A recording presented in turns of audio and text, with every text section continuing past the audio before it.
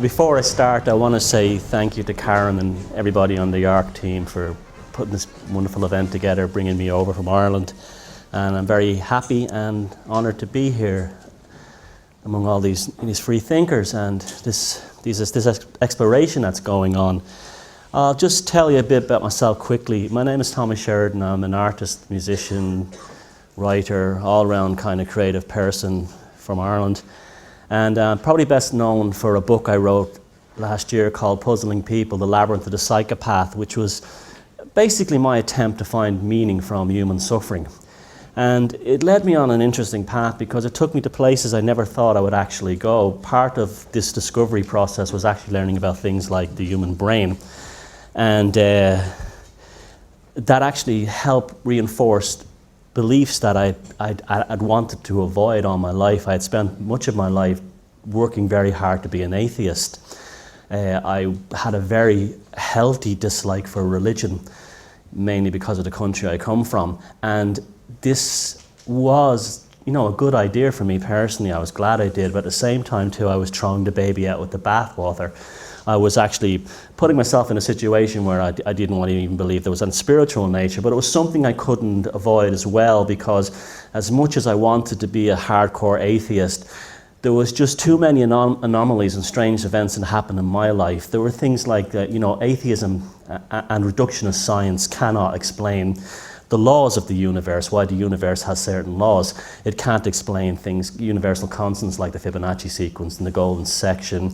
And I think one of the most profound moments for me was watching a documentary that was made by an atheist talking about Darwinism, and they showed how RNA is replicated in the gene sequence. And what I was seeing was an engineered machine that had actually been built.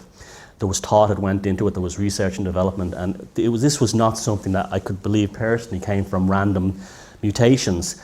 So anyway, I always knew there was something to the world. There was something more than just this materialistic 5 sense reality. But I never ever, even though I had tried hallucinogenics and quite a bit when I was like in the music business and so on, to me it was more of an interesting experience. I never had that shamanic transcendental experience that many people thought about, and I was kind of resentful of the fact that I didn't get there. And so I was very close to being an atheist, but I knew that I was missing out on something. And then something happened to me in my life that it changed me completely. And it wasn't until afterwards that I noticed that this one event wasn't only proof that there's a bigger plan to all this, but it also was the proof that it had been happening all my life and I'd been missing out on it.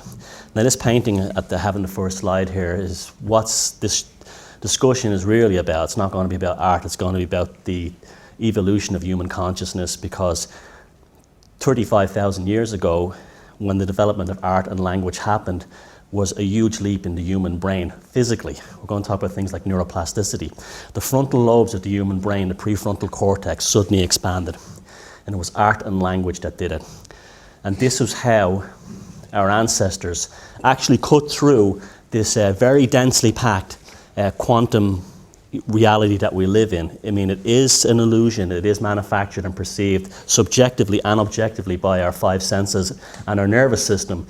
But it's so densely packed with subatomic particles that it's very, very difficult for us to change it. That's why it can be so frustrating, and you get insights of this thing while you may be in meditative states, or even things like falling in love or the artistic process. But the artistic and creative process, and I mean all creativity, not just art, is the means that seems to allow us to get out beyond the veil and realize that there is something else going on here that's quite different than this 5 sense experience. And so this painting was inspired by that. I've painted this a good few years ago when I found out that the human prefrontal cortex, where imagination, creativity, dreaming and dream states all take place, suddenly had a great explosion in its size, a great expansion in its size, with the advent of cave art, which happened all around the world at the same time. And it's most likely that language developed at the same time too. So this lecture will be about the expansion of consciousness and how to use creativity to get ourselves out of this mess that we're in, that we're trapped in, and building a firewall around our consciousness, so we can get ready for what I believe is coming, and this global awakening for me definitely proves it, is the next advance in the expansion of our prefrontal cortex. Now, this painting I did a couple of years ago, about 3 years ago. It was on a Friday night. It was just a stream of consciousness, of just like graphical consciousness. I didn't know what it meant. It just poured out of me, like so many things in my life, like music, guitar chords, sequences, poetry, and when it just happened, it just came out of me. And I thought, that's interesting, what does that mean? And it just seemed quite specific as well. So I was feeling great, happy, things were going fine, it was good, having a bit of fun. The following day, what particularly was interesting about this is what the shapes, like what was this strange thing here with the dot in the middle, this brown thing at the top, and then these vein-like structures and leading towards a supernova or something. And there's a window there that's kind of bent, and then there's a spider coming off a spider's web. It was just a bit of sort of imaginative sort of fun. The following day I started feeling very poorly. I was getting pains all over my body, very, very severe pains, spasms, but mainly from like my neck down to my waist, all around. And they would come and go, and I thought it was just like food poisoning or indigestion. And then the following night, I really went downhill. I was having a very difficult time staying lucid, and the pain was so bad that I was actually becoming unconscious. So I was rushed to hospital on an ambulance. I was coming in and out of the conscious state. The first thing I saw when I was being carried out on the stretcher was outside my doorway was a spider on a spider's web coming down. Then where I live in the countryside, I was put in the ambulance, and we drove down the country roads that looked just like this pathway leading to this like explosion in the middle. And when I got to the hospital, after some tests, they found out that what had actually happened was a gallstone had ruptured through my gallbladder, and I had become infected, and the infection had spread to my liver, and I was actually starting to die. Now, what's interesting about this is that when this was happening, they had put all tubes in me, like to pump fluids and blood in and out of me. And I'd forgotten about this painting completely.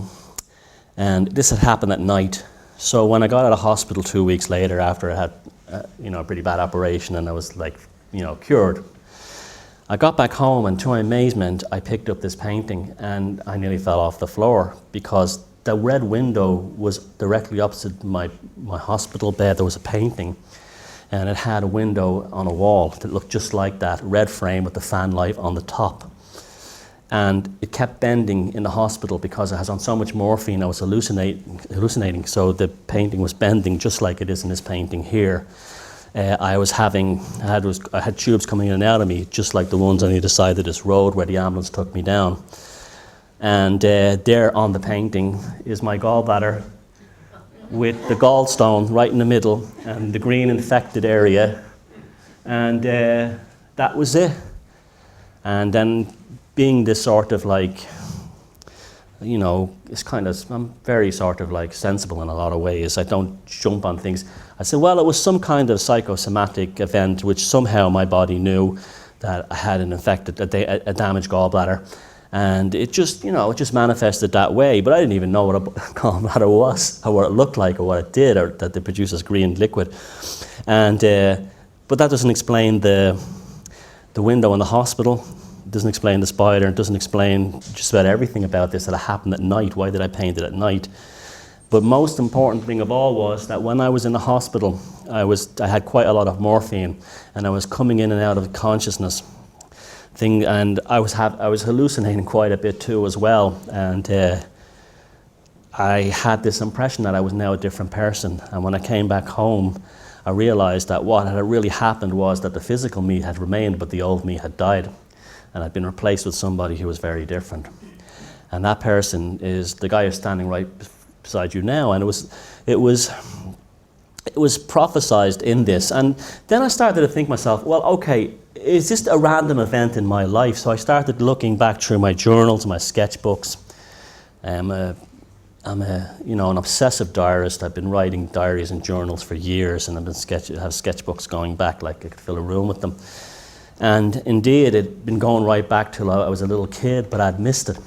We all miss this stuff. This is the synchronicities that tell us about how the universe functions, what our place is in the universe, and our inability to see it. And it's not our fault. A lot of it has to do with our education system, which is analytical, left brain based, puts us into a state where we bully our right brain, and we have lost this skill because we don't have our left and right brain balanced. And this is why artists, musicians, songwriters, poets, painters, sculptors seem to have a better grasp of oncoming changes in society. It's not like they can almost like predict the future, and it's been going on since the cave paintings in the prehistoric era. And Carl Jung spoke about this, and it's absolutely true. It's when Terence McKenna said, if the artist can't find a way, then the way cannot be found, and that's absolutely true. Now, it's not saying that artists are a special caste. They have these special powers that no one else does. We're all artists, but you look into a room full of kindergarten children, they're all incredibly imaginative artists, every single one of them. But as soon as they get into the school system, bang, it's gone. Now, I went back on my life, and I was a kid, I was absolutely obsessed with the game Snakes and Ladders. And I don't know why, but over the course of where my life has gone now, with the study into psychopaths and so on, I've now understand the full meaning of it. When I came across the original Indian version of the game, it's quite a bit different than the version we play. It has 11 squares by 11 squares. Now, I don't know about anyone else, but I've been seeing 11 11s now for a long time. I don't even have a watch. I can't even wear jewelry. I don't keep a clock. I don't work a regular job. I'm not time bound. But whenever I seem to glance at a clock or something, it's always 11 11. And that's been happening for a while. And I've been talking to other people too, and they say they've been seeing it too. So the number 11 is interesting because it's a number you can't really resolve into many geometric forms. It's a kind of a number that hints of something beyond this reality we live in terms of how you can, process the number mathematically and in terms of geometry.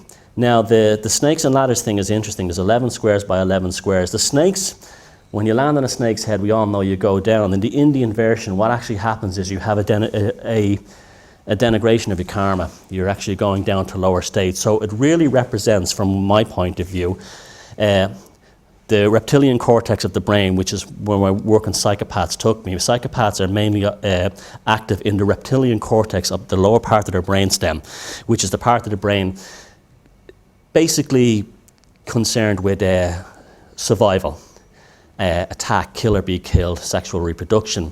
And you think of that as the brainstem going down the spinal cord all the way down to the lower chakras. And if you look at these pictures, you go from higher. If you land on a snake head, you sort of have you go down in terms of your development. If you land on a ladder, you go up. The ladder seems to be connected to states of contemplation, meditation, and creativity. Now, the ladder has been appearing on art ever since the prehistoric period, and is this the DNA double helix? Because it is an exchange in DNA and switches in gene expression that actually have evolved us. But I'm going to talk about something that's quite amazing now that I've discovered in recent years, and it's scientifically quantified, that we can actually alter a genetic makeup. We're not bound to our hereditary genes as much as we have been told we have. Now, again, Snakes and Ladders. The snakes represented the reptilian complex, the lower base, less conscious, less aware, less empathic aspects of the human brain. The journey to the lower chakras. The ladders, the DNA double helix. Creativity equals expansion of consciousness because you're literally making your brain bigger.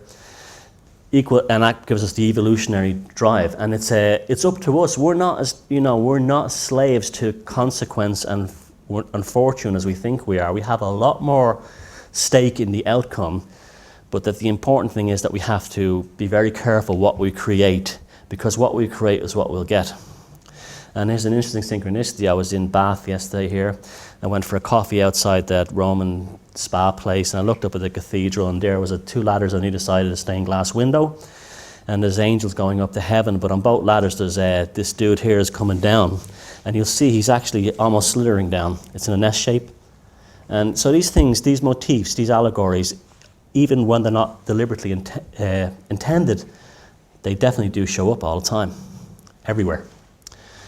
Now, since this sort of like acceptance, this realization that's become of me that I'm no longer a biological robot, and it's okay to be, to embrace the spiritual side of me. I've been thinking a lot about like what is this? How do we best handle this? Yes, we need science, and we need the reductionist view of science. That's why I'm standing here. It served us very well. But we also have to take into consideration consciousness and things like dreaming, intuition, creative intention, altered states, truths like psychedelics, and real love as opposed to chemical love. That's something I've learned a lot about through my work on psychopaths. There's real love, which is not the same thing as romantic love or hallmark hard sentiment love. That's just chemical changes that have been altered in your body to make you believe, to make you infatuated. It's really driven by sexual reproduction. It's not the same thing as real love, where two people grow old together. They could both be very ill, but they still love each other as much as they did when they were young, or a mother has for a child. That's real love. So, bearing all this in mind, we're in the field now of natural philosophy. Science wasn't always the way science is now. The understanding we have of science today as reductionist science is only a relatively recent invention. It's only about 150 or 160 years old. The word science just means knowledge, and a scientist is someone who got knowledge, but the actual field or discipline of a scientist, that's only about 150 years old. Before that, you had natural philosophy. Now, what natural philosophy believed was that, yes, we do have the reductionist view of weighing, measuring, quantifying, understanding, testing and retesting, but it also took into consideration that outside the material world, there were non-material forces which impacted upon this. And that would be things like consciousness and other external, extraneous forces, and that would be what we call today quantum physics. So natural philosophy really was the granddad of what we call quantum physics today. And so if I was to put a label on what I'm doing here today, it would be natural philosophy. Now, the self-realized brain. The brain that you have it's almost like a piece of clay that has been molded to perform a certain function, and it's been happening since you've been in school. They know exactly what they're doing. They know exactly how to alter consciousness. The first thing they do is they make you left brain dominated. That throws you off balance. It puts you in a position where you depend upon authority figures and you depend upon analytical solutions to everything in your life. And then you end up on the psychiatrist's couch. Now, they've always known this because it's very, very easy to do this. And it takes away from the fact that we're left in a situation where we only see our brain as bits of grey matter, neural pathways, motor and mirror neurons, synapses and so on. But it doesn't solve the problem of consciousness. Now, Wilder Graves Penfield and Sir John Carew Eccles, the two greatest brain scientists of all time, both came to the conclusion that our consciousness is not inside our head. It's just not in there. Now, you could talk to a neuroscientist and you say, yeah, sure it is. I can see the electrical signal going through the synapses when a certain thought is given. But that electrical signal is only present when the actual thought is given. The thought came from somewhere else. It's just a conduit for this thought. It's not creating it. Now, the human brain, nervous system, and five senses are a complex organic broadcasting and reception system which controls the perception and nature of its own reality. So, we have this ability to reach sort of a spiritual state, to expand our consciousness, but we also have to bear in mind that we have a machine. We have a brain, a nervous system, and a heart. And by developing these and working on these, this will allow us to expand our consciousness much more easily than we think we can. We don't have to sit inside a cave in Tibet and meditate for 25 years. In fact, I'd be very much against something like that because we've been brought here to engage and master this reality and not to hide away from it. And just like we take care of our body with dieting and so on, and we brush our teeth, we never give thought to the fact that we actually can do the same thing to our brain. And by extension, we're doing that to our consciousness. So that's where I'm going to go today with this. Now, the mysterious brain. This piece of fat inside your cranium. Now, despite the incredible advances in the field of neuroscience and complex brain chemistry, science can still not fully determine how the brain stores and retrieves memories. No idea where memories come from. Now, they'll tell you, they appear in certain cerebral partitions, but again, they manifest there. They don't originate there. There seems to be no ability to store this information within the brain. And what emotions are precisely? Well, they'll tell you, it's releases of dopamine and serotonin and norepinephrine and all these other brain hormones, but that's not true either. There's still something triggering those emotions. What is the purpose of that? And releasing those hormones. You see, again, we're back to consciousness, the underlying software, operating software of our minds. What dream states are and how they relate to mental health. This is a very interesting one. If you stop dreaming, now psychopaths don't dream. That's a very interesting one to know, that psychopaths don't dream because they choose to shut off the frontal lobes of their brain. A normal person, if they stop dreaming after 2 or 3 days, becomes psychotic because they're no longer aware of what reality they're in. And this follows on a lot from what Pierre was saying earlier. Our dreams are another state of reality. They're just another version of us somewhere else. And when it's our sleep and waking cycles is what allows us to distinguish between these two realities. Now, why the brain seems to function in a different time state than the world around it. This is a really interesting one, this. The brain is actually not in the same space-time state that the rest of the reality around it, its experiencing is. And there's a reason for this. It takes the electrons, the electrical activity can only move so quickly through the neural pathways that the brain has to slow down reality in order to process it. So when you look at something with your eyes and it comes into your eyes, it's processed through the eyes and goes through the optic nerve into the visual cortex, the image is flipped. That takes time. Even if it's microseconds, it still has to take time to do that. And that's and even the process that at the same time it's processing your hearing, your ability to stand, how your inner ears is, sensing gravity that goes right to the center of the earth. It needs time to do that, and it's incredible it can do it anyway, but it needs a time to do that. So it slows down reality around you in order to function your 5 senses. This is most likely what déjà vu is. Something happens in that glitch in your space-time triggers this experience we call déjà vu. But another interesting one about the space-times in the brain is that the consciousness is capable of time travel. It's been shown that there's no way in a baseball game, if a pitcher's throwing a ball at 100 miles an hour, that a batter could just hit it. We don't have that ability within our nervous system to pull off that stunt. So the only way it can be explained is that somehow the batter, his consciousness travels forward in time, calculates the trajectory of the ball coming towards him, then his consciousness comes back in time, and then he makes contact with the ball. And that's just incredible when you think about it, but it's the only way it can be done. So time in the brain is a very, very interesting and idiosyncratic thing. What the actual baseline activity of the brain is, this is another one. This is why I have such a beef with things like psychiatry. We don't actually know what a bad brain is. We can't actually say, well, yeah, if someone's dead or they're very sick and their electrical activity in their brain collapses, that's one thing. But in terms of measuring how the brain should function, we don't know what the baseline is. It's still a guess. So you can't actually say this person is deficient in their brain or this person has the right kind of brain, because there is no way of quantifying or measuring that. They also don't know what intelligence really is in terms of how it is measured and how it relates to imagination and perception. This is another trick they play on us. We're quantified in terms of our intelligence through things like our school exams, our tests, and things like IQ tests, but they don't test the real intelligence or the real sense of perception, which would be things like imagination and creativity. There's no place for them. So this is why we have a world full of sort of geniuses who are robots. They can't really think. Now, the unfortunate thing about that is most scientists I've known personally are very imaginative and creative people, but because of the way the academic world is set up, science is kind of told, don't get carried away with yourself, stay within these certain limits. And it's okay, it's pretty cool, it works, but it's also, on one level, it's great for the 5 sense, for the reductionist science within a 5 sense perception, but it is also holding us back as well. If you look at the most recent high-tech advances in terms like things like quantum computing, that really came out of what we would call esoteric science that happened 100 years ago.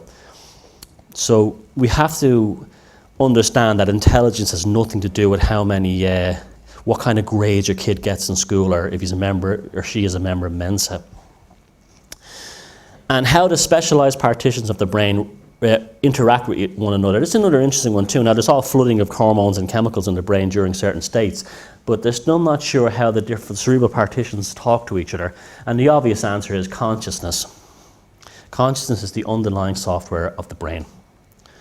And this leads to a huge problem within reductionist science, because they just simply prefer not to deal with consciousness. The most you'll get often is that it's definitely in the brain, but then they can't prove it.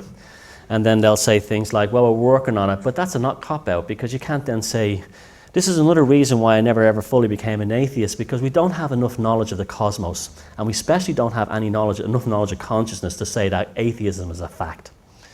So there is a phobia and almost a fear surrounding consciousness. And there's also the matter of function versus structure in the brain, function being the purpose of the mind, and this by extension leads on to psychology and the study of mental faculties. While structure just relates to the form and shape of the brain. So the brain is a complex device, organic biological device, but it's incredibly mysterious, and no matter what they say in terms of we know this and we know that, they're able to identify how certain parts work and what function they perform, but they still can't explain how the whole thing operates and how it relates to our self-identity and our consciousness. So you can't measure, weigh, quantify, or explain the non-material. So therefore, within reductionist science, dreaming, imagination, aesthetics, true love as opposed to chemical love, art, higher states of awareness, near-death experiences and out-of-body experiences are not looked upon with any credibility. And this is a great shame, because we're missing out on half of science here. Colin Wilson, the British author, made a great quote once. He said that atheism is like tying one leg to a tree and then saying it's impossible to walk. And that's exactly what's happening here. Now, the old maxim Descartes, I think, therefore I am, it's not true at all. It's actually the other way around. You are, therefore you think. The initial underlying consciousness is what makes the brain. So if you have stinking thinking, you'll have a stinking brain. My work in the psychopaths left me having no doubt that the psychopaths are not brain damaged in any way. They have the same structural brain the rest of us had. Now there's lots of scientists saying, oh, they have a broken septum, oh, the frontal cortex is damaged or missing, oh, they have an overabundance of norepinephrine. No, they don't. They're just these are just individual case studies that are very often not backed up by very good peer review. There's someone trying to win a Nobel Prize. And this is why I'm so glad I went into the world of psychopaths, because it opened up so many other things for me. But in reality, what the psychopath brain taught me was that you get exactly the kind of brain you want in life. If you have a predatory underlying consciousness that is out to get whatever it wants from others, you will have a predatory brain. It'll not bother switching on the limbic regions and the frontal partitions of the brain, and it'll be locked almost exclusively in the reptilian cortex. And that's where you will function from. And when you want to do certain things, they seem to be able to switch on to when they want to fake emotions and so on. They seem to be capable of switching on these frontal cortexes. So it's a horses for courses situation. People's brains are a product of the people they are, and this is why creativity, and what this lecture is about, is so important. We've got to be very, very careful of what we create, because that was what we will manifest. That's why art used, magic, ritual magic used to be called the art. And this is something, if we were songwriters, we have to be very careful of the songs we write, lyrically, musically. If we're painters, the same way too, because if you have children, keep them away from any kind of, especially at a young age, when our consciousness is still developing and the neural pathways are still developing, any kind of violence, sordidness, pornography, anything that could damage their brains from later on in life, because they must be allowed to develop this neuroplasticity of their own and then develop the brain that they themselves need. Our brain structure and our neurology are the end products of a non-organic to organic process change which began with our underlying consciousness. And remember this, we're consciousness first, brain and five senses next, and from that everything else. But creativity is what allows us to change things. To imply otherwise is akin to claiming that Lady Gaga herself resides inside your iPod and while you're listening to her music. This is what reductionist science is telling us about consciousness. They're literally telling us that Lady Gaga is living inside your iPod or the Kardashians are living inside your TV. This is how absurd it is when they have no proof of it.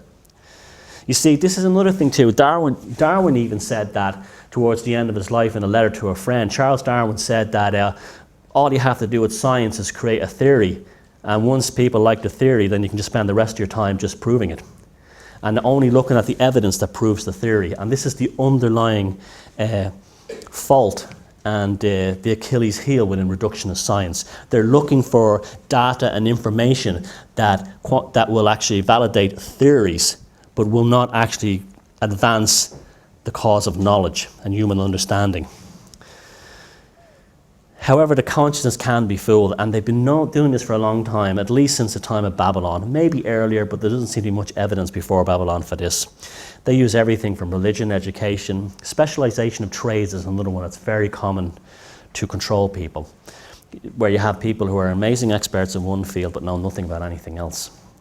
And also show business, and show business is not a new thing. In Babylon 3,500 years ago, they were having torchless processions where they would carry, effigies of demons and gods, and that would just spellbind people at night. So they've known for a very long time how to use the night, and changing serotonin and melatonin levels in people's brains makes them easier to manipulate. That's also Babylon. Babylon really was where food became a weapon, because it was the first mass agricultural society. Once you have to control the food, the pathological leadership of Babylon were then able to work on controlling the people's minds, so they were turning humans into farm animals. That's been going on ever since. So we have to learn to build this consciousness firewall around ourselves to prevent this pathological psychopathic control grid of building our brain structure for us, and instead building it for ourselves. And this will make us immune to it. And it'll also allow us to have our full potential as human beings in this reality while we're here experiencing it. So we have to build our own brain and neurological structure, and not have television, religion, and politics, and especially psychiatry doing it for us. Now, this is when it gets really good. This was very exciting when I first found out about this. Epigenetics is a new and emerging field of science, reluctantly recently accepted. I'll explain all that. Basically, what this academic sort of word salad at the top of this paragraph, which I copied from a medical document. What epigenetics basically is, you can switch on the genes yourself. There are genes, they'll tell you that we don't know what's switching on these genes. It's, as they say, as yet unknown, but the reality is it's consciousness. And the way they tested this is with twins. Well, they've accidentally stumbled upon it. They would have twins who were supposed to inherit the same disease from their parents. There was 2 girls in Chicago, I think it was, and there's been a few cases like this around the world, where one of the twins was separated from the family. The child who lived with the family, who were aware that they had this hereditary disease, would get it, but the child who lived with a foster family or somewhere else didn't get it, and the reason they didn't get it was they didn't know it existed. They didn't know the family had this disease, so they didn't switch on the gene expression that was needed to do this. And this is very powerful stuff, because this is now showing that we can actually change our genetic makeup. Now, it's amazing that, reductionist science is telling us right now, hey, you can do this is going to be great, but, maybe not. They're trying to take it away. They give you a little tease, they tell you this amazing story, and then they tell you, hey, let's not get carried away, because it's too spooky for them. But the leaders of this world, right back to Babylon, have always known about these things. This is how they've controlled us with everything from journalism to media. They've known that it changes us. It changes us, and that's why if you look at pictures of people from 50 years ago, like where I live in Ireland, half the young guys, I'm talking about guys under 30, are bald. Yeah, if you look at pictures of their grandfathers who lived in the 50s and 60s, they're all tall, muscular, and have a full head of hair. This seems, things like this, these are genetic changes. This is why we have certain people will look just like someone they really love. A married couple will live together for many, many years. They'll start looking like each other. Their genes are being altered, their perception is being altered, and the same things happen with people. Do you ever know someone who had a dog and the pet started to look like the owner? This is what's happening here. This is epigenetics. And this is how powerful this stuff is. So this is why children who are abused, even if they're fed, but if they're given, psychological abuse, they're not loved, they're told they're worthless, and they're told they're useless. Well, actually, you can actually see it in them. Their kinetic energy is dead. It's not in them. Where kids who've been loved and nurtured by their families, they grow taller and happier. And this is the same thing. This is why we have to be very careful that we are the ones changing our genes and not, some exterior pathological force. Now, the brain states in all of us, both psychopathic and empathic people, I'll be talking about psychopaths tomorrow night, so I'll go more in detail about that stuff, are a consequence of underlying consciousness processing particular thoughts, both the ones we have ourselves as well as the ones we receive. Remember, this is an objective, subjective experience. So guard your conscience at all costs from pathological and psychopathic intrusion, from the ones you meet in the street, toxic people in your life, to the ones in advertising, especially advertising, big business, and especially the ones in government. They're always trying to get into your head because they know it's going to change you. It's not only going to rewire your brain, but it's actually going to rewire your genetic structure as well. So the bottom line is we build the structure of our brain according to the thoughts we have. Because for every thought we have, there is a neurological and genetic cause and effect. So this is why when you leave here tonight, you must start thinking in more positive and more optimistic ways, because this stuff is really important and really does work. And don't, if you come from a family with a history of diseases like cancer and stuff, don't buy into this thing that I'm doomed to get it too, or I'm doomed to suffer from the same depression. Oh, it's in the family. Oh, the family are like, it's on the family. Do not buy into that. You are an independent consciousness being that's having a 5-sense reality experience. And you are the pilot of this machine, much more than you realize, and creativity is the key to taking control of it. Symbolism. Now, this is a lot of these kinds of events, you hear a lot about symbolism. This symbolism means this symbolism means that. The symbolism can mean anything you want it to be, so take it back. It's just a graphic. A cross is just two lines intersecting. For millions, billions of people around the world, that means something else. But at the end of the day, it's two lines crossing. I'm looking at the Ark mural down there, and whoever painted that did a beautiful thing. They made the A in Ark, the all-seeing eye at the top of the pyramid. They took it back. I'm wearing this T-shirt to explain this point. It's the Great Seal of the United States. Oh, evil. No, it's the Ramones. The Ramones took it back. So Johnny, Joey, Dee Dee, and Tommy, thank you. You just took out those people in one shot, and that's the way you have to be. I mean, I have to laugh when I look at these. Well, I laugh and also feel a bit sad. These videos you see on YouTube with the all-seeing eye, and you have like the camera going in. It's like bad heavy metal music. It's the eye of Satan, the eye of Ra. It's just an eye. It's just a graphic. And it only, see, this is another thing that's happened to us with the left brain thing, because our alphanumeric linguistic tradition has changed that way of thinking, away from the symbol, that we don't perceive the world the way the Egyptians did. UFOs and spacemen didn't build the pyramids. Human beings built the pyramids, and the reason they could do it is because of things like hieroglyphs. They had a completely different consciousness, and we got to get that consciousness back. And you do that by taking hold of the symbolism and not buying into fear. Now, gaslighting. Gaslighting is a clinical psychology term. Very interesting. A pathological individual or group will alter your sense of reality. And look at us today. This is you walk outside here around the streets of Bath. That's the gaslighting. People are shopping for stuff they don't need.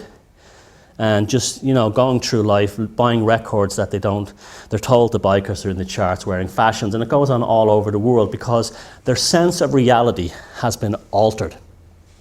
It has been changed to make them believe in certain things that even if they see them with their own eyes, they'll still do it, even if they know it's wrong.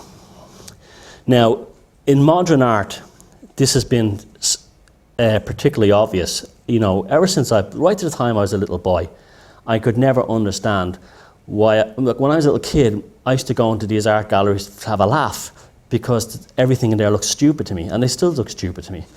And there's a reason for that. We're being gaslighted. We're being told that this trash here is great art. This is worth millions. This is uplifting of the human soul. No, it's not. It's bullshit. And the reason why it's bullshit is because with the advent of advertising and high-quality colour graphics, that was the same time that the first things like urinals were being signed and artist shit was being put in the can. The idea was that the advertising companies had to make sure that the art in the galleries was less beautiful than the art in advertising. And Toulouse-Lautrec actually started out as an advertising billboard painter, graphic designer, used to do ads for bicycles. They had to make sure that when you went into a public art space, you felt depressed, miserable, and when you came out of somewhere like the Tate Modern or the Guggenheim, you walked outside and you saw a poster for Coca-Cola, all the colours and everything. You'd want a Coca-Cola. And it's very twisted and it's very clever. This is very clever, this kind of thing.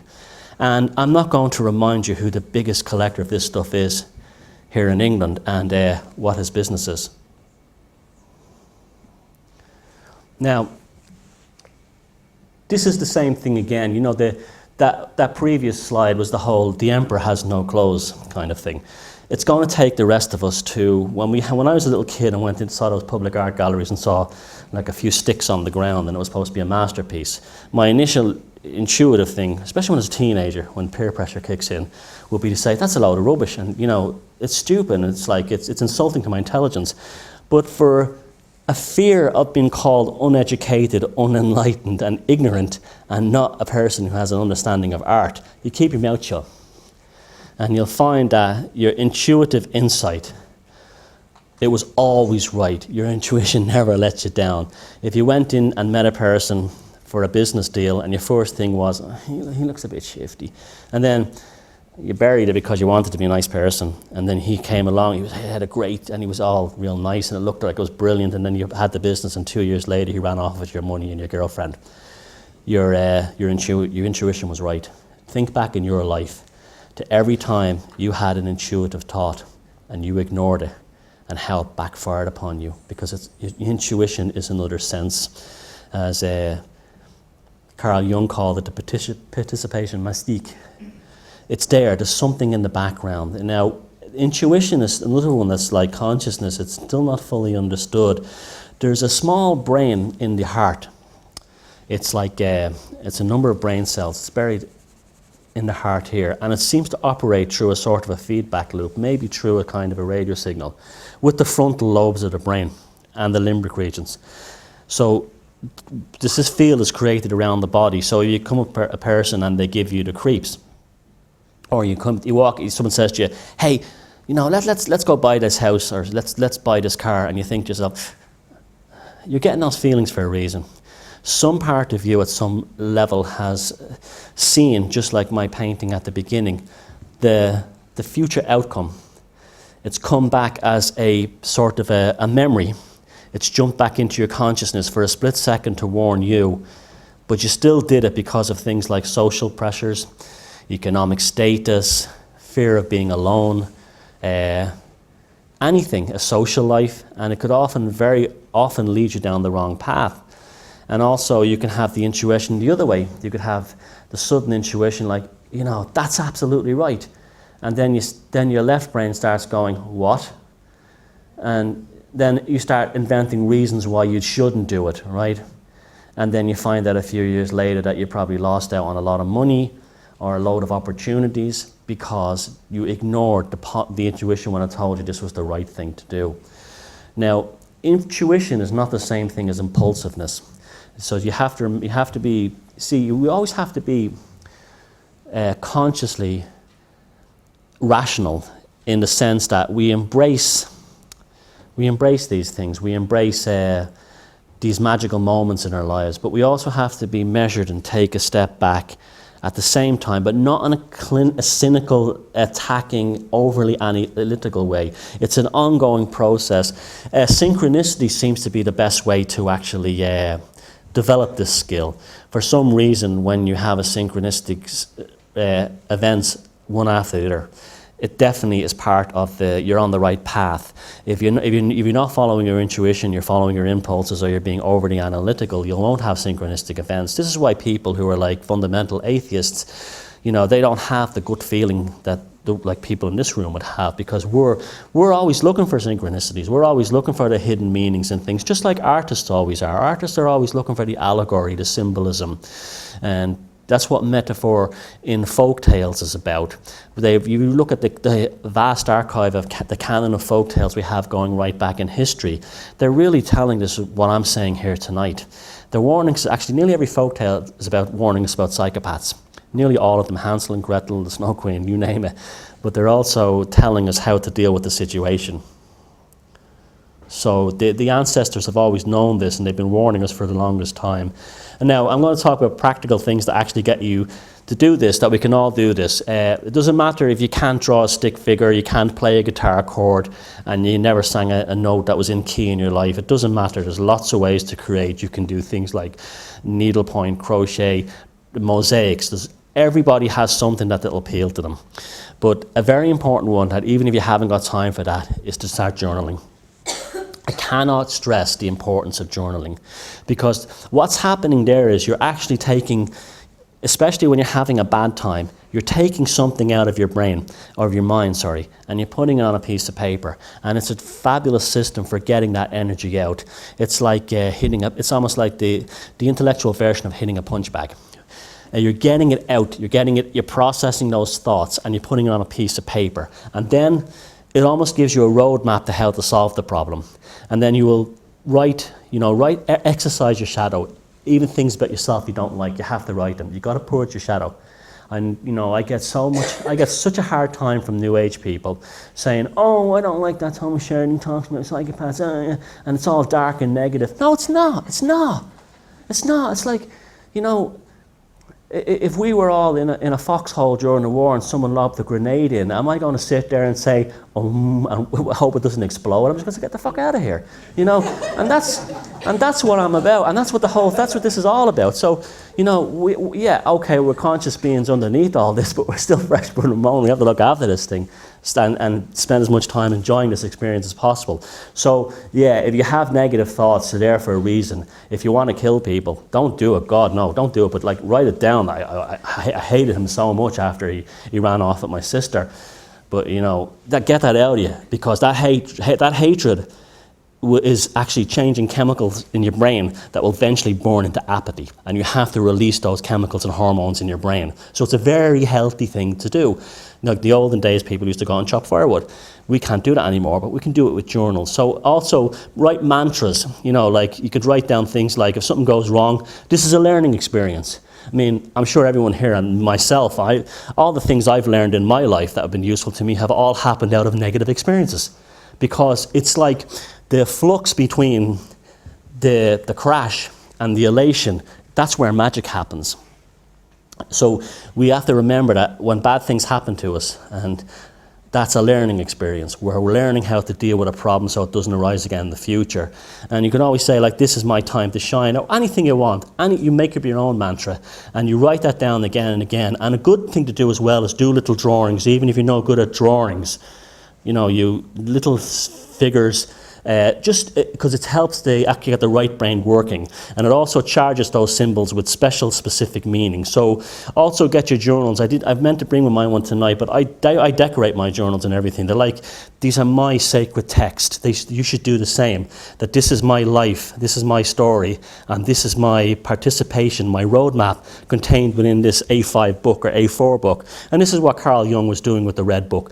We all have to create a sacred text of our own, and that way we'll be less likely to have to deal with the pathological sacred texts made by the mainstream religions that are shoved in our faces. Become your own guru. Dream journals. We're talking about dreams here today. I have a mix. Write down every dream you have. Keep it by your bedside locker. And if you wake up in the middle of the night and you have the most embarrassing, erotic dream about a person you work with, still write it down, okay? Or anything, horrible, good stuff, anything that's neat. But this is very important, and this is where I differ from psychoanalysis, and I differ especially from the Freudian notion of dream interpretations. Do not try to apply a meaning to the dream after you've had it, because you'll kill it. I'm very much against this whole idea of like, oh, when you see this in a dream, it means this, and you see that in a dream, it means this. This is left brain again. You're jumping back into your left brain. You're analysing, you're criticising, you're demolishing the metaphor, you're murdering the allegory. Write it down and then forget about it. And then, when you look back over the course of your life, say you've been writing down a dream journal for a year, and you have a year's worth of dreams. At the end of that year, open up the book, think about your real life, compare it to what's in the dream journals, and you won't believe how the magic will unfold in front of you. You'll not only discover that you're telepathic, you're precognitive, you'll discover that you're operating to a secret plan that's happening, a subtext of your own consciousness that's happening below you, and it's also connected to the collective consciousness with everyone else. So keep yourself a dream journal, take it very seriously, but do not overanalyze and kill it with meanings, because I think a lot of that stuff, the more I look into it, particularly Sigmund Freud is not one of my favorite people in history, and I think he did humanity a great disservice in many ways, especially with his dream analysis. So, and then drawing the little things you see in the dream, so important. Again, right brain stuff, and also it's very difficult to convey in words, in English or whatever language you speak, what you're experiencing in the dream. The funniest things I did was a friend was back in the 80s. We were taking LSD and magic mushrooms, and we used to try and write down what was happening during the trips. And I can remember we'll get it this time, and I'd be like, hello Mary, and I'd be like, it was ridiculous, because. It was funny too, because it was another element of entertainment there, and that's also a very important. I'm not advocating the use of hallucinogenics. That's up to yourself. And some people actually shouldn't touch those kinds of things, but they can't handle it. They think it's a part of your trip. But we were kind of I was lucky. During my 20s, I didn't drink or smoke or anything. I was actually this sort of weird hybrid of a rock musician and a monk, and so I was able to handle it. And so it was pretty cool that way. And then I started drinking in my 30s, and I was like, what have I been missing? So it's again, the journey is more important than the destination.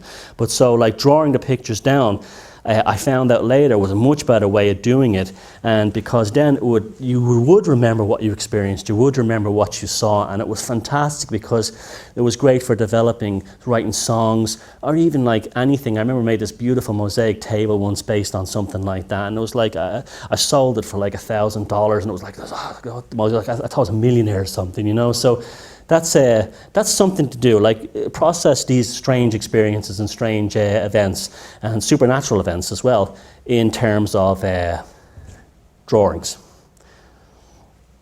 Simulacra.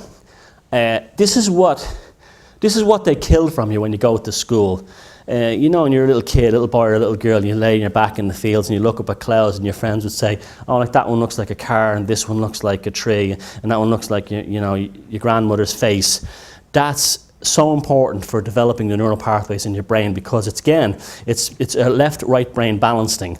And so when you start seeing these objects within the real world that resemble other things, like this door knocker that looks like a duck's face, or the face in the clouds, or the tree that's like a dancing woman, do it.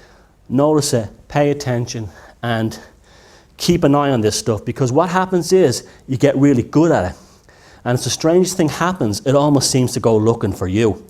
To the point now where, like, when I'm walking to the shops at home or anything, I'm seeing this stuff everywhere, and it's fabulous because it's free entertainment, and you'll never get that off TV or movies.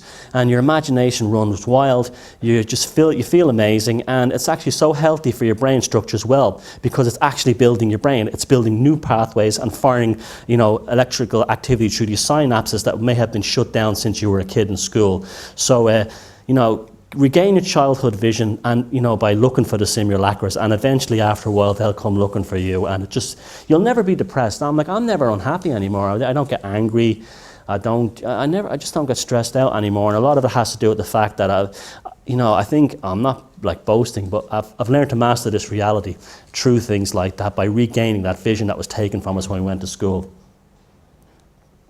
Now, the tarot, I'm a big proponent of the tarot, but not for divination. If you're into divination, that's cool. That's nothing to do with it, but that's not the reason I'm into it.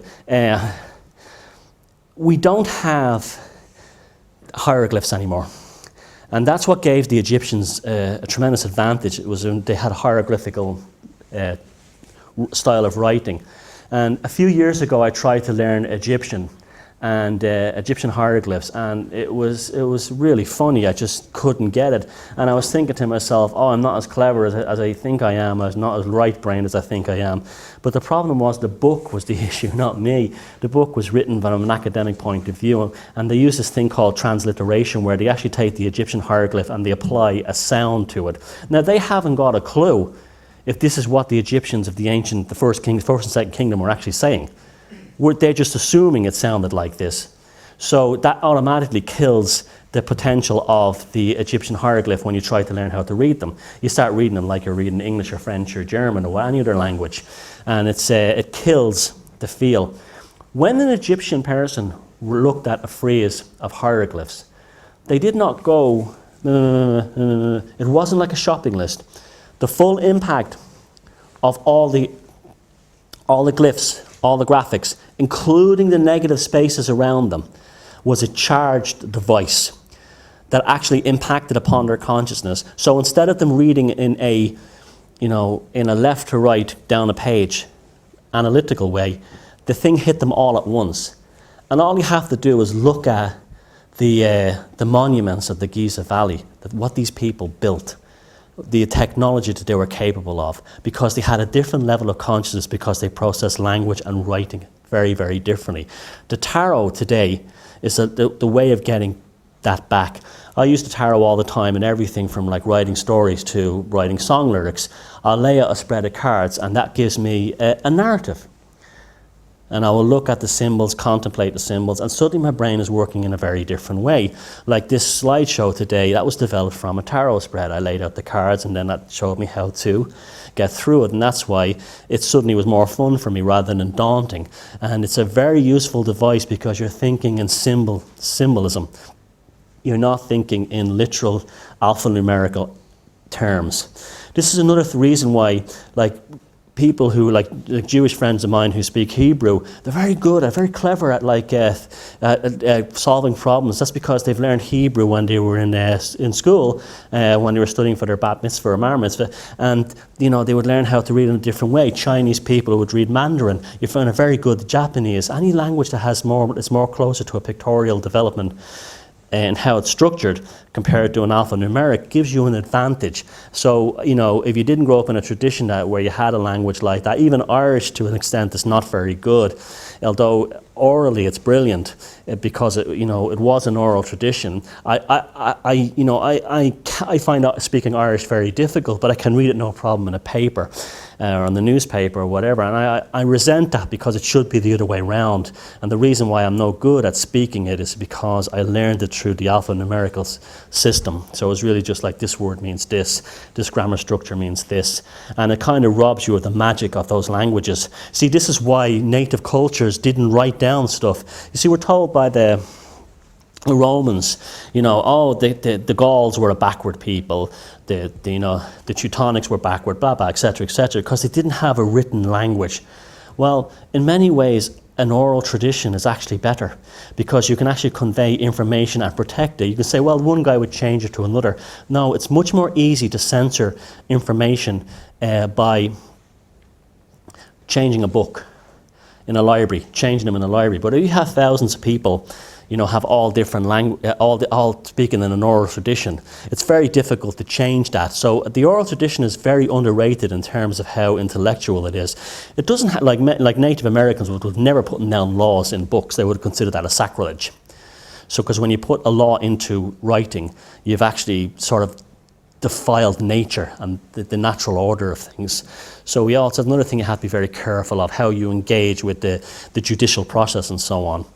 So these ancient Egyptian hieroglyphs were charged symbols, and even the negative spaces had images, and that's the important thing about the tarot. And don't get one of these silly tarot decks like, the Gothic sex tarot or the chocolate ice cream tarot and all these many other ones. Get yourself like, the Marseille tarot or the Rider-Waite one, and just you don't have to become an expert. You don't have to act like you're just clever. You don't have to wear a bandana at the seaside and charge women £10 to tell them they're going to marry a doctor. You don't have to approach it that way at all. It becomes, this is your hieroglyph, and you develop a canon of knowledge and an archive of symbol literacy to suit you in your life. And this is ultimately what this is all about, independence. And also, they're fantastic for psychology. Carl Jung even had a Jungian spread using the court cards to help people deal with psychological issues, and they found it very effective in dealing with them.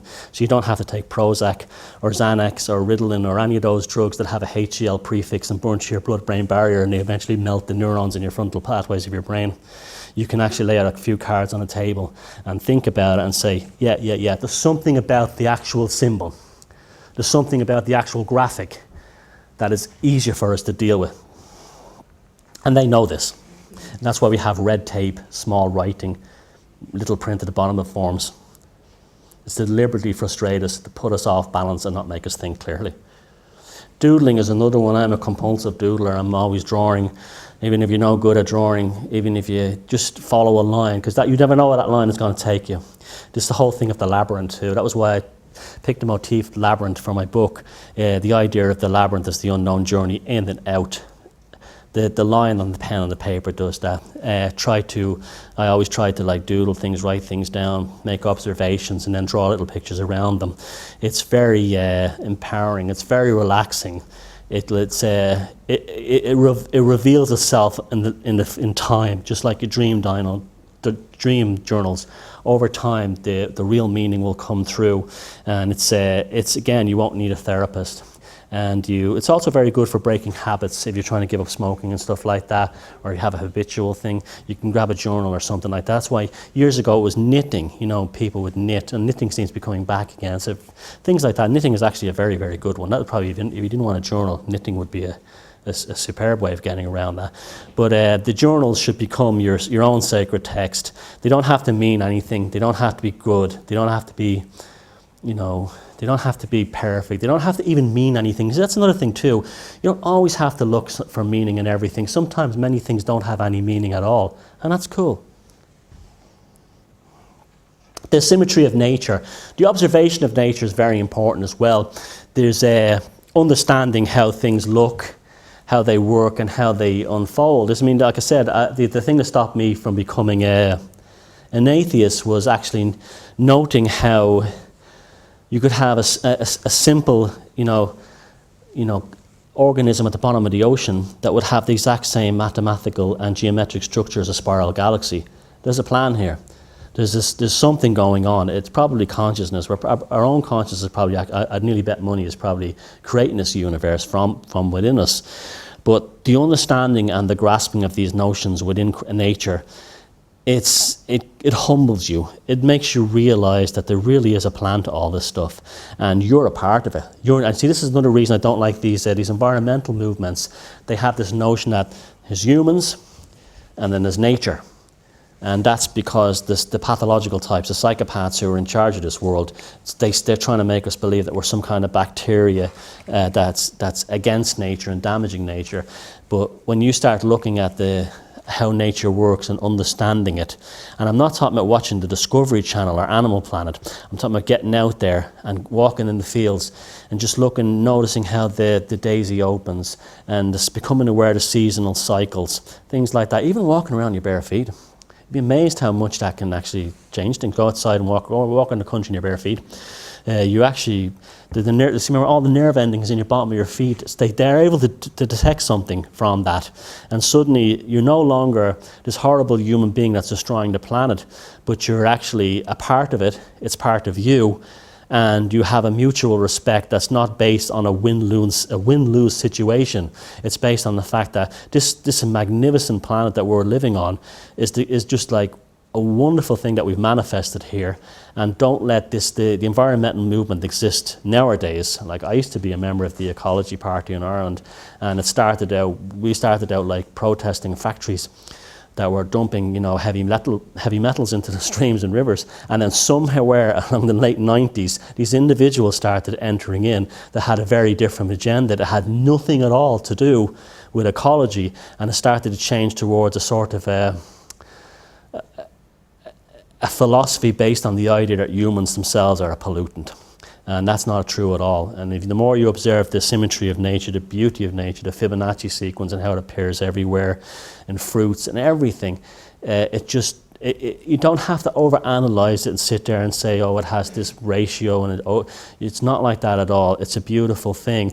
And just the magic of the universe, how certain moths and butterflies will actually delay their metamorphosis until the flower that they get the pollen from is ready. And even if that flower is slow or late or early because of the winter being either mild or cold, this creature in the pupa knows exactly when to release itself to get to that flower, even though it may be on the other side of a field. There's some kind of consciousness connection between the two. And then after a while, when you start realizing that, then you realize that you have a consciousness connection with all of it, the whole thing.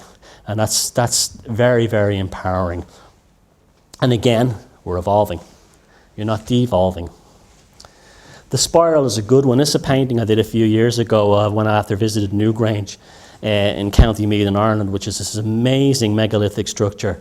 Even though it's been kind of vandalised a little bit by the guy who discovered it came with the idea that maybe it looks like this, and it looks pretty cool. He did a good job, but the actual place itself, once you go into the passageway, it's exactly how it was when these people built it. And they tell you things like, oh, it was a burial chamber, the usual thing. And they were a death cult. You ever notice that they always associate death with these places? Death, killing, sacrifice.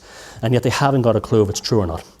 But anyway, on the outside, there's large boulders at the entrance. And there's the spirals are on them are just incredible. And when you just look at them and you run your fingers through them and you think about the men and women who made these things, it's truly humbling. And you realize you're part of a journey, a continuum, from the earliest man I showed you at the beginning in the cave doing that painting, to me standing on the stage today, talking to you. You look at this, that's where it's all come from. When people say there's no such thing as magic, that's not true at all. Magic is just the creation of something that didn't exist before out of nothing. So this is a magical event, and we should always take note of that and embrace it and be aware of it and enjoy it. Very important to enjoy it. But the spiral, I remember looking at the spiral and thinking to myself, well, not only does a spiral go from the inside out and then the outside in, but the spiral is a three-dimensional object. It goes back into infinity, and it comes out into infinity. And I was sitting there looking at the spiral, and when I got home I was drawing spirals constantly, and spirals have now appear in my artwork all the time, and I just love spirals. There's just something about drawing the spiral. It's very meditative, because it's allowing you again to see beyond this 5 sense material construct, because you're seeing into other dimensions. The spiral goes in, it goes out, as well as from the center in and the out in. So that's very important too. It's also interesting how the spiral is very similar to the number 9. If you look at that, 9 in the tarot is the Hermit card. And the Hermit card represents contemplation, sitting down, thinking about things. So everything is always interlinked. There's always these sort of transient threads that run through everything and bring meaning to everything, even though these things may have never ever been designed to begin with. Someone in Africa may have developed something and someone in America something else, but over the course of time, a common thread will glue them together. And that's the magic of this reality. And the more you're aware of these things, the more beautiful it becomes. These unspoken connections that change things. James Joyce, the Irish author, he was fabulous at this. So when you read his books like Finnegan's Wake or Ulysses, you think to yourself, well, it's very difficult. It's a very difficult text. But he was a trained Jesuit, and he was very aware of the fact that language could be carried in 2 different ways. You had the direct words on the page, and then this underlying subconscious subtext that came out below that even though you may have read, Molly Bloom's soliloquy at the end of Ulysses, where a woman is just thinking about her thoughts for the day, what you're really is happening is it's impacting very deeply on your consciousness. And what seems like at first a very ordinary story of like one guy's life during the day. And then you wonder, so why is this book so embraced all over the world? It's been celebrated in song and everything. It's because Joyce was very aware of the underlying subtext from that, a very deep allegory. Like when he'd use things like talk about plum trees, potted meat. It was an allegory for Paddy Dignam's grave. He was being buried in his coffin. He was potted. It was just genius. And this is a level of intellect we've lost, and it's magical, and it carries in everything. And yet these people, how many thousand years ago was this? Thousands of years ago, knew this stuff and expressed it in a very simple way through spirals. They were telling us that, we're here now. You're going to be here in time looking back at us, but we're all part of the same continuum, and we're all the same. We're all on the same journey. So it's an amazing thing when you start looking at it. It literally is a journey in space and time, and that's what your consciousness is. Your consciousness can travel in space and time. This is why space travel, why we're wasting our time worrying about building light ships and that can go faster than the speed of light and whatever. We should be able to travel just by our consciousness alone. In fact, that's what happens when we're on entheogens and hallucinogenic substances, shamanic plants. Shielding your vision. I'm sure you're all pretty aware of this, but you can never overstress these points. Get rid of that TV. I symbolically killed mine and made a video of it. I did. Serious, no, I'm kidding. I took it out into the backyard and I wrote, guilty of genocide, propaganda, sexism, racism, homophobia, and human misery. And then I set fire to it and threw rocks at it. No, you go on my YouTube channel and see it. And we had a laugh. No, we were drunk and we were messing around, but it was still fun and it felt great. And that was the end of the TV. Now I still have a little thing that I watch DVDs in because I like watching some old films and stuff like that. But get rid of that thing. You have a mute button. If you have to have it on, you want to keep the TV and you're keeping it, keep it off as much of the time. Don't leave it on as a piece of furniture that's on all the time. Use the mute button between the ads. They'll wreck your head, the ads, the advertising, especially now on the cable TV channels and the satellite TV channels. It's just advertising non-stop. And also the flicker rate of the TV, it puts your brain to a light sleep, so it's an alpha wave mode, so you're not really... You're being conditioned to accept anything you get. What's interesting too, again, my study in psychopaths, the brainwave state of a psychopath is always in the same alpha wave mode that a TV puts a normal person in. So TV literally turns you into a psychopath while they're watching it. You have no empathy when you see people being killed and murdered and stuff like that. And they've known that. Stop buying into external belief systems. I'm a Catholic, I'm a Protestant, I'm a 7-day Adventist, I worship a stone. My team, your political party, your tribe. I mean, look, I'm Irish and it means nothing to me. I mean, I'm glad I'm not born in a country where, there's a war or a famine, so I'm fortunate for that. But at the end of the day, it's an accident of birth. It makes me no better than anyone else, and someone else no better than me. I could have been born. And so people will say, I'm very proud to have been born in my country. That's not achievement. It's an accident of birth. Grow up. Stop being so stupid. And also what you're doing then is you're pigeonholing yourself. You're limiting your potential. And that's another thing too. So like sports is the worst one for that, this team, that team, like it's got so absurd with the sports thing now, where you have people in Ireland watching games that are taking place in Spain, and they're going us, and they've been doing it for years with English football, us, we, and them, and it's in another country, and then they hate Barcelona fans. They don't even know where Barcelona is on a map, because they've been conditioned into that same. You see the psychopath. See, this is how we've been divided in order to be conquered. They have split the left and right brain to put us out of balance. So we've been hammered in two there, right? And then they discovered that division is the best way to actually control anybody. So you create two different religions. You create belief packages, and you hand one side the one belief package and the other side the other belief package, and they always feel they're one is better than the other. I have something you don't. You have something I don't. I'm this faction, you're that faction. And you see, then when you have a cohesive culture, what they do then is they flood these countries with immigrants, so that the immigrants are then hated by the indigenous population. Oh, these Roma gypsies, this, that. That's a group I'm very interested in too. They've got a different level of consciousness, the Roma gypsies. That's one of the reasons they've been so badly treated during history. But, I hate these guys, they came in and gave that. And that's what the governments want you to do that. The EU has flooded many countries in Europe with immigrants for that purpose. Now, it's nothing wrong with the immigrants, they're just trying to get a job like anyone else, and but instead of like people in the indigenous cultures going down and getting angry at the immigrants, we should be going down with the immigrants and going after the likes of the EU Commission and saying, who the hell are you to run Europe without being voted, and so on, because that's what they don't want us to do, and that's how a psychopathic system thinks and functions. It creates division, so your eye is taken off the ball, and you never actually get to the root of the matter, and it affects your consciousness. Same thing when you're walking through an urban area. Try to avoid as much contact with ads as possible. I'll give you an example of that ties in with the next one. I was staying in a hotel in Brighton, and I was getting into the shower, and for some reason I started singing the Meatloaf song in my head. 2 out of 3 ain't bad. I can't stand that song. I can't stand Meatloaf, but there was like a musical tumour in my brain. It's always the worst song. Do you ever notice that gets stuck in it? It's always the worst song. And I was like, why is this horrible song in my head? Why is it playing over and over again in my head? And I came out, and as I looked on the table, there was a spread of magazines, like fashion magazines and like What's On in Brighton magazines, those kinds of things. And in the middle, barely hidden, was articles in magazines. One said Paradise by the Dashboard Light, and the other one said Heaven Can Wait. And they're 2 Meatloaf songs. And just me seeing that in the corner of my eye for a microsecond and not even being aware of it in a cognitive way, only hitting me subconsciously, planted this thing in my head, which went into my memories and pulled this song out and played it back. And that's how dangerous and how powerful advertising is.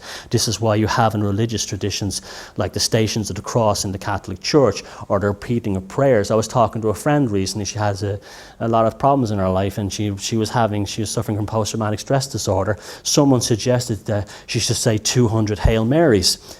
And when it wasn't working, then she said, well, try 300. And this is how dangerous this stuff is, So what goes in there becomes a sort of a pathological virus that repeats itself over and over again. Your music, not their music. I hate going into supermarkets and hearing songs now, or into pubs. We had that problem last night. It's everywhere. If you're going into a place alone and you want to hear music, you don't want to hear this music, but you still have to be in that place, like it's in a shop or something. Bring your iPod in with you and play the music that you genuinely love, and shield yourself from that stuff, because a well-known supermarket chain, I know for a fact, and this is not paranoia, I'm not really a conspiracy theory much, but they were playing songs that had to do with shopping and buying things and spending money in the supermarket every time I was in there. And so that was a subliminal message that was being deliberately piped in there. So you have to deal with that. It's very difficult. Get the fluoride out of the drinking water. I found this to be one of the best things I ever did. Ireland is 100% fluoridated. We have been since we joined the EU. Just a coincidence. But it calcifies in your brain. Now, I'm not going to get into the kind of things that it destroys the pineal gland and all that stuff. Maybe it does, maybe it doesn't. But it does calcify in your brain, and it does affect your neural pathways. So that, you must get rid of it. The fluorescent lighting also seems to do similar things as well. It alters your melatonin and your serotonin levels. This is why you have to get good night's sleep and things like that. So you have to be careful with that stuff also. So again, this is a machine, and you have to take care of it. Yes, we have a sort of a spiritual underlying nature. Yes, we are consciousness beings, but we're here for a reason, and we're here to experience this reality as it is. So the machine that we have to do that, the brain, the five senses, the nervous system, is the best we have, and the intuition is the best we have for now. So let's take care of it, because there's plenty's out there who'll take care of it for us. Whoops. Understanding the true meaning of words. Psychotherapist equals psycho the rapist. You think that's an accident? Maybe it is, maybe it isn't, maybe it was well intentioned. I'm not putting down psychotherapists, I'm sure many of them are fine people. But the root word of psycho is psyche, Greek word, which means the soul, the rapist of the soul. I'm probably going to be public enemy number one soon. My next book comes out, Defeated Demons of the Psychiatric Industry, but it really is an awful thing. The Diagnostic and Statistics Manual of the DSM, of the American Psychiatric Association, 50 years ago had 6 mental disorders in it. It now has something like 600. That's because literally they've decided that every single human being on the earth today is nuts. We're all suffering in this room from oppositional defiancy disorder. And for a initial €1,000 or pounds consultation fee with follow-up visits, I will prescribe you all kinds of wonderful drugs that will make you normal. And it's horrible. And what's really frightening is the attack on children. The United States has 5% of the world's population. 1% of the world's population. It consumes 80% of the world's psychotropic drugs, and most of them are going to children, things like Ritalin. And this is what happens when psychiatrists enter the public bodies, and they are all the time.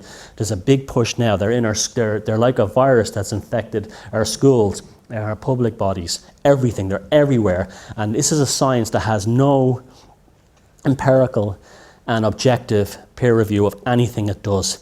It's literally a bunch of guys sit down, decide what's the new disease, prescribe drugs and treatment package for it, and yet they're somehow unquestionably supported and financed by governments. So the concentration camp is still here. It used to be religion. It's not. The barbed wires. The barbed wires have been taken down, and it's now psychotropic drugs. So don't try to stay off antidepressants. They're very bad for you. So your consciousness is constantly being raped by this neuro-linguistic programming all the time, particularly in journalism, newspaper journalism, where you see at the top of the page, you have a headline that bears no relation to the story in the body. All modern journalism is like that. Now, if the newspaper journalist may be a nice person who has best intentions, but when they go to the sub-editor, he's working for an agenda. And that agenda is to push a certain plan through. That's why newspapers all over the world all basically have the same stories now, because it's a globalist agenda. And we all have to be thinking in the same way, and you must not question anything. And there's a pathological syntax there in the way these words and these stories are conveyed to you. It's not a case of, here's a possible opinion. Here's an op-ed in the New York Times. It's really, this is what you're to believe now.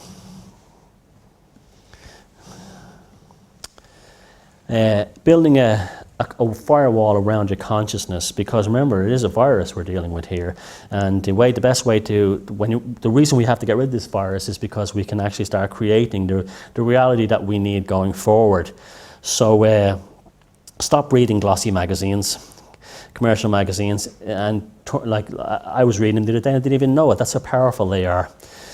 Stop buying into things like trends, and I know most people here don't do this, but this is the reality of life that we live in for most people. Limit your urban visions. I find it very difficult to even be in cities anymore, even though I am a city boy. I'm at the point now where I get very tired when I'm in urban areas, and I think a lot of it has to do with the advertising, particularly on buses and trams going by. They have a lot of colourful ads on them, and like suburban rail trains and metros and stuff. That makes me very, very tired. And also the fluorescent and the neon lighting in shop windows and stuff.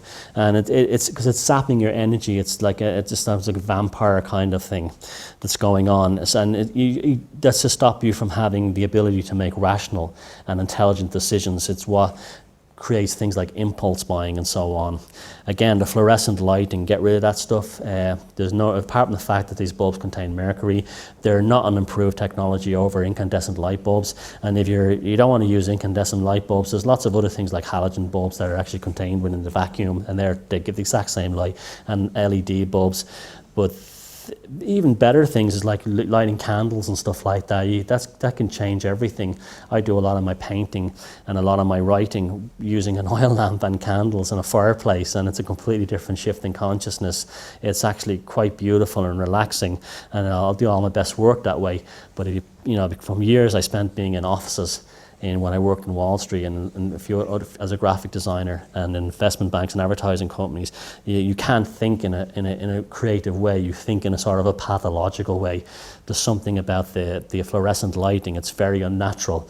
It makes you a little bit edgy, and people really shouldn't have that in your home. Your home is a sanctuary, just like your mind is a sanctuary, and it's your labyrinth, your cave, and you're the one who should be controlling what's going in there. This is a very important one. Understanding how spin is used in the context of an article.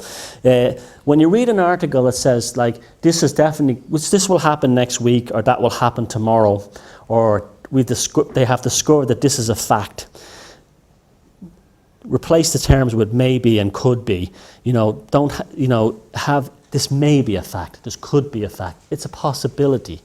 And then you'll actually find that you're shifting your consciousness that way as well, because instead of actually saying, it's a fact that this is that, or it's this, that, or the other, when you suddenly say it could be this, or it may be that, your brain is now active. You're conceptualizing the process. You're conceptualizing the thought. You're thinking about it. You're engaging with it. You're firing those synapses. You're creating that neuroplasticity. You're building those neural pathways. And that machine in your head it's coming alive. It's acting. It's doing stuff. Because you're no longer just saying, this is my belief package because he told me to do it. And that's all the left brain stuff. And so this is what's, when I see these videos made by these websites by these like hardcore atheist types who defend big pharma companies with their little blogs and stuff, you ever notice how many of them are very angry, they're very nasty, because they're so determined to enforce that belief package that they bought into. And they do that enough that makes them feel superior to people who question it. So it's not a question anymore. You have an opinion, I have an opinion, I'm right, and what they think is I'm right and you're wrong, and you're an idiot for thinking that way. And the reality is that's not how knowledge and the mind works. This is the great irony of these people. The ones who think they're the most intelligent are usually the ones who aren't, because the one who looks at everything, no matter how ridiculous. I mean, I've been into things for a while, and then after 6 months ago, how the hell did I ever think that was real? And that's great. That's actually how you're supposed to be, because you're building you're fine-tuning this machine. It's to be open to all kind of things. But if you have a tunnel vision in your consciousness, you'll limit the options of your brain, and then you develop a kind of it's almost like a pathological, territorial mind space where what I believe in my head is right. My PhD is right. It has to be right because there's no other alternative.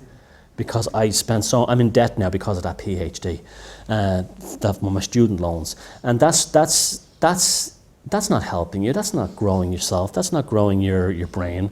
That's growing your mind. And speaking of which, there's practical measures too outside. Well, consciousness is practical as too, but there's also things like you must have more saturated fats in your diets. We've been made to believe that saturated fats are the devil's fat. For the last, everything is low fat now. This is one of the reasons I believe we have so much autism, and it could be one of the reasons why we have people getting senile at earlier ages and stuff like that, is because of these artificial flavorings and so on in foods that have replaced the saturated fats. If you're a vegetarian, it's Okay, that's your own business, good for you, but have things like more coconut oil in your diet, because you do need these things, because the reason is your brain is mostly fat. The electrical connectivity in your brain operates much better when you have a brain that has a high fat content. So when someone calls you a meathead, it's actually means you're smart, but it's because your synapses and you're firing better and stuff like that. So like things like, if you do eat meat, fish is great, or anything like that has a high level of saturated fats. They've been weaning us off this stuff for years, but you can see how we've been changed. I mean, my great uncle was, I remember he was in his 80s. He used to chain smoke, drink pots of tea with sugar and lots of milk in it. And he used to live on rashers, sausages, eggs, bacon, liver, and all that stuff. And when he was in his 80s, he could run up to the roof of the house, change slates, jump off. It was amazing. And he was a cantankerous man right until the end of his life, but he was great fun too. He wasn't sitting in an old people's home, you know, wanting his Flora low-fat spread and waiting for the nurse to give him his medication. I mean, him and his wife had 18 children, so there was no problem with fertility rates back then either. So I think that's something to do with that as well. So, you know, that's another thing too. They made it seem like that was something shameful about all these large Catholic families in the past. So what? That's nobody's business, you know. If these people wanted 18 children, or, you know, then they had 18 children, those children grew up happy and safe and good, and then what was the problem? It's always, in hindsight, we judge these things on very superficial levels. A lot of it has to do with population control as well too. Now, a lot of that stuff started when the pill came out. Suddenly we were supposed to have small families. If someone wants to have a huge family, good luck to them. If they want to have no kids, good luck to them as well. It's the same thing. We're being programmed. We're constantly being programmed. And when you get that consciousness parasite in your head, you'll do anything except what's right for yourself. And the what's right for yourself is always personal creativity, following your intuition and expanding and developing your creative intention. And then you'll get the life you want rather than the life that you're given. And you'll find yourself that the world will change. Magic does happen. Incredible synchronicities do unfold before you. And then you're really in the zone then, because then you're not just being a victim of this world, you're an active participant. And on many levels you start to realize you're an engineer. You're an engineer building reality. And you're building reality because you built yourself a fabulous brain, and from that you move forward. So I'll just leave you with this one last thing. Rumi, the 13th century Afghan poet. It always comes back to, again, back in Afghanistan again. Here we are back in Afghanistan. But he was writing poetry about this stuff back then. And one of his most famous poems goes, out beyond ideas of wrongdoing and right doing, there's a field, I'll meet you there. When the soul lies down in the grass, the world is too full to talk about. Ideas language, even the phrase each other doesn't make any sense. And so that's where we're all heading. We have to be like that. We have to find that field, get ourselves prepared for it. Get ready for this shift in human consciousness that's going to happen. I'm absolutely convinced of it now. I've no doubt about it. Evolution is waiting, and I'll meet you all there. Thanks very much.